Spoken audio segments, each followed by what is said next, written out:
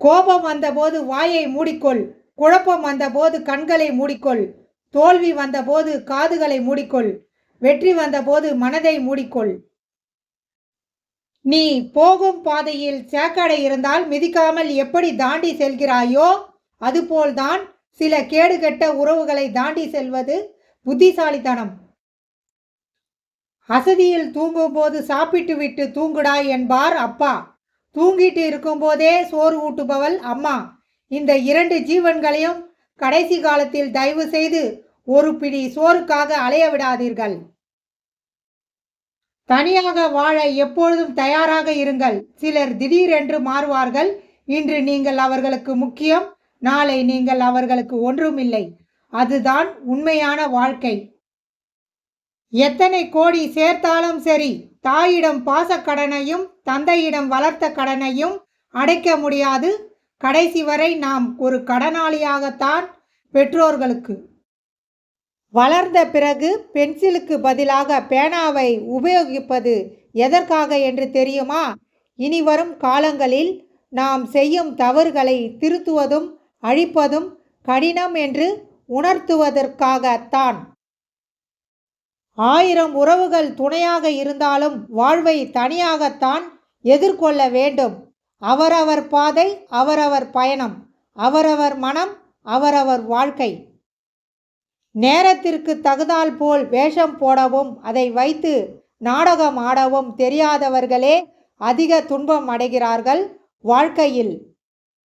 நல்ல தகப்பனிடம் வளர்ந்த பெண்ணிற்கு ஆணை பற்றிய எண்ணம் அழகானது. நல்ல தாயிடம் வளர்ந்த ஆணிற்கு பெண்ணை பற்றிய சிந்தனை பேரழகானது.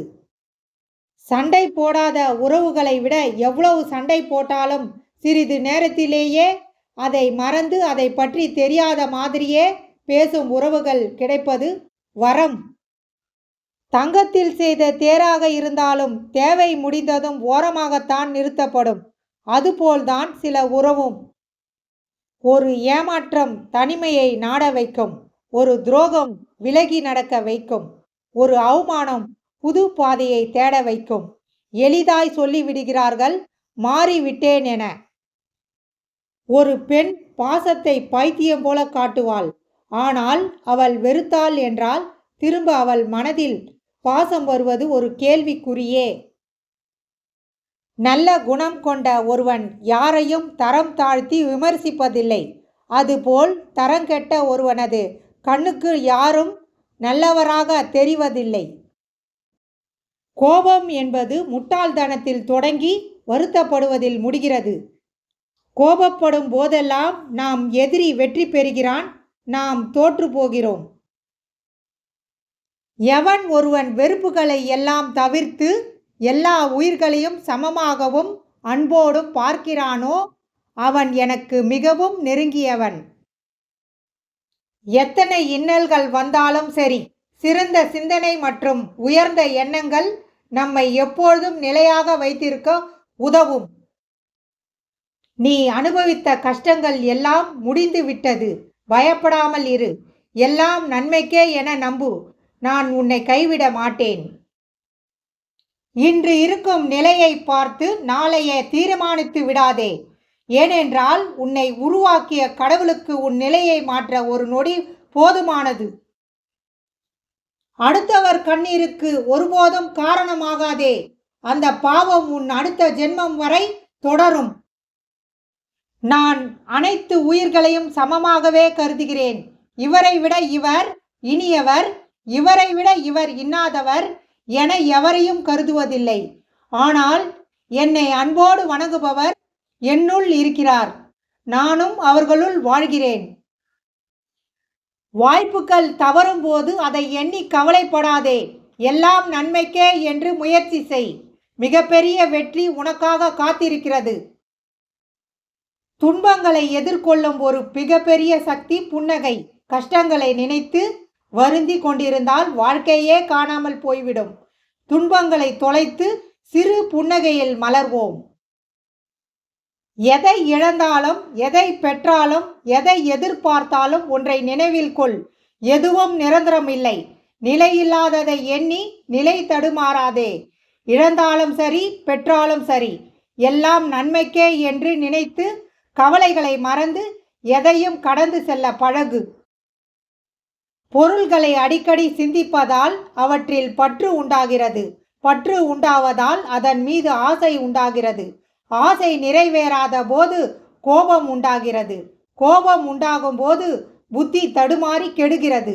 புத்தி கெடுவதால் மனம் கலக்கமடைந்து நாசமடைகிறது. இந்த வாழ்வு நித்தியமான இறை உணர்வை திரும்ப பெற்று அதனால் வாழ்வின் குறிக்கோளை நிறைவேற்றிக் கொள்வதற்காக கட்டுண்ட ஆத்மாவுக்கு அளிக்கப்பட்டுள்ள ஒரு சந்தர்ப்பமாகும். யார் உன்னை அவமதித்து பேசினாலும் ஆவேசமடைந்து மறுத்து பேசி உன்னை நிரூபிக்க நினைக்காதே.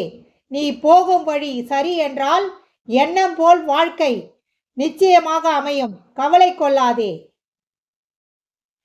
அளவுக்கு அதிகமான அன்பும் எல்லையின்றி கொண்டாடப்படும் நம்பிக்கையும் இருக்கும் இடத்தில் கண்டிப்பாக ஒரு நாள் கண்ணீருக்கும் ஏமாற்றத்திற்கும் இடம் உண்டு. அது நட்பாக இருந்தாலும் சரி, காதலாக இருந்தாலும் சரி. உதவ யாரும் இல்லையே என்று ஏங்குவது மிகப்பெரிய தவறு. யாரிடமும் உதவியை நாடாதீர்கள். நாமே நமக்கு உதவ முடியாவிட்டால் வேறு யாரும் நமக்கு உதவ முடியாது. உனக்கு ஒரே நண்பனும் நீயே, பகைவனும் நீயே.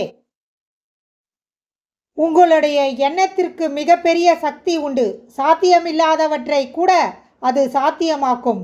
முதலில் நம்பிக்கை கொள்ளுங்கள், பின்பு அதுவே உங்களை வழி நடத்தும். எதற்கும் கலங்காதீர்கள். எவன் ஒருவன் வெறுப்புகளை எல்லாம் தவிர்த்து எல்லா உயிர்களையும் சமமாகவும் அன்போடும் பார்க்கிறானோ அவன் எனக்கு மிகவும் நெருங்கியவன். எத்தனை இன்னல்கள் வந்தாலும் சரி, சிறந்த சிந்தனை மற்றும் உயர்ந்த எண்ணங்கள் நம்மை எப்பொழுதும் நிலையாக வைத்திருக்க உதவும். நீ அனுபவித்த கஷ்டங்கள் எல்லாம் முடிந்து விட்டது. பயப்படாமல் இரு. எல்லாம் நன்மைக்கே என நம்பு. நான் உன்னை கைவிட மாட்டேன். இன்று இருக்கும் நிலையை பார்த்து நாளைய தீர்மானித்து விடாதே. ஏனென்றால் உன்னை உருவாக்கிய கடவுளுக்கு உன் நிலையை மாற்ற ஒரு நொடி போதுமானது. அடுத்தவர் கண்ணீருக்கு ஒருபோதும் காரணமாகாதே. அந்த பாவம் உன் அடுத்த ஜென்மம் வரை தொடரும். நான் அனைத்து உயிர்களையும் சமமாகவே கருதுகிறேன். இவரை விட இவர் இனியவர், இவரை விட இவர் இன்னாதவர் என எவரையும் கருதுவதில்லை. ஆனால் என்னை அன்போடு வணங்குபவர் என்னுள் இருக்கிறார். நானும் அவர்களுள் வாழ்கிறேன். வாய்ப்புகள் தவறும் போது அதை எண்ணி கவலைப்படாதே. எல்லாம் நன்மைக்கே என்று முயற்சி செய். மிகப்பெரிய வெற்றி உனக்காக காத்திருக்கிறது. துன்பங்களை எதிர்கொள்ளும் ஒரு மிகப்பெரிய சக்தி புன்னகை. கஷ்டங்களை நினைத்து வருந்தி கொண்டிருந்தால் வாழ்க்கையே காணாமல் போய்விடும். துன்பங்களை தொலைத்து சிறு புன்னகையில் மலர்வோம். எதை இழந்தாலும், எதை பெற்றாலும், எதை எதிர்பார்த்தாலும் ஒன்றை நினைவில் கொள். எதுவும் நிரந்தரமில்லை. நிலையில்லாததை எண்ணி நிலை தடுமாறாதே. இழந்தாலும் சரி, பெற்றாலும் சரி, எல்லாம் நன்மைக்கே என்று நினைத்து கவலைகளை மறந்து எதையும் கடந்து செல்ல பழகு. பொருள்களை அடிக்கடி சிந்திப்பதால் அவற்றில் பற்று உண்டாகிறது. பற்று உண்டாவதால் அதன் மீது ஆசை உண்டாகிறது. ஆசை நிறைவேறாத போது கோபம் உண்டாகிறது. கோபம் உண்டாகும் போது புத்தி தடுமாறி கெடுகிறது. புத்தி கெடுவதால் மனம் கலக்கமடைந்து நாசமடைகிறது. இந்த வாழ்வு நித்தியமான இறை உணர்வை திரும்ப பெற்று அதனால் வாழ்வின் குறிக்கோளை நிறைவேற்றிக் கொள்வதற்காக கட்டுண்ட ஆத்மாவுக்கு அளிக்கப்பட்டுள்ள ஒரு சந்தர்ப்பமாகும். யார் உன்னை அவமதித்து பேசினாலும் ஆவேசமடைந்து மறுத்து பேசி உன்னை நிரூபிக்க நினைக்காதே. நீ போகும் வழி சரி என்றால் எண்ணம் போல் வாழ்க்கை நிச்சயமாக அமையும். கவலை கொள்ளாதே. அளவுக்கு அதிகமான அன்பும் எல்லையின்றி கொண்டாடப்படும் நம்பிக்கையும் இருக்கும் இடத்தில் கண்டிப்பாக ஒரு நாள் கண்ணீருக்கும் ஏமாற்றத்திற்கும் இடம் உண்டு. அது நட்பாக இருந்தாலும் சரி, காதலாக இருந்தாலும் சரி. உதவ யாரும் இல்லையே என்று ஏங்குவது மிகப்பெரிய தவறு. யாரிடமும் உதவியை நாடாதீர்கள். நாமே நமக்கு உதவ முடியாவிட்டால் வேறு யாரும் நமக்கு உதவ முடியாது. உனக்கு ஒரே நண்பனும் நீயே, பகைவனும் நீயே. உங்களுடைய எண்ணத்திற்கு மிகப்பெரிய சக்தி உண்டு. சாத்தியமில்லாதவற்றை கூட அது சாத்தியமாக்கும். முதலில் நம்பிக்கை கொள்ளுங்கள், பின்பு அதுவே உங்களை வழி நடத்தும். எதற்கும் கலங்காதீர்கள்.